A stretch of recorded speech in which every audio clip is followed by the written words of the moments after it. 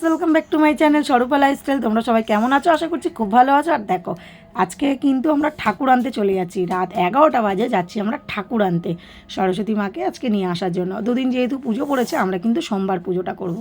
তো চলো, দাদা, বৌদি, আমি, আমার বর, 3টে দেওর সবাই মিলে কিন্তু চলে গিয়েছিলাম। তো দেখো, ঠাকুর দেখে দেখে আমাদের পছন্দই হচ্ছে না। তো এখানেও ঠাকুর দেখলাম। বড় ঠাকুরটা নেওয়ার খুব ইচ্ছে ছিল, কিন্তু জায়গার অভাবে নিতে পারলাম না। তোমরা আগেই বলো, কাদের কাদের সরস্বতী পুজো কেমন কাটলো? তো ঠাকুর নেওয়াও কমপ্লিট, এসে সব কিছু গুছিয়ে নিয়ে সকালবেলা পুষ্পাঞ্জলিও দিতে বসে গেছি দেখো।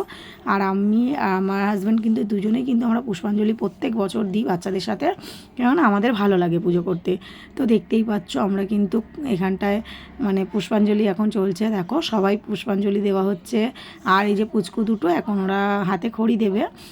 তো সব কিছু আমাদের পুষ্পাঞ্জলি টলি দেওয়া হয়ে গেলে এবার ওদের দেখো হাতে খড়ি দেওয়া হচ্ছে।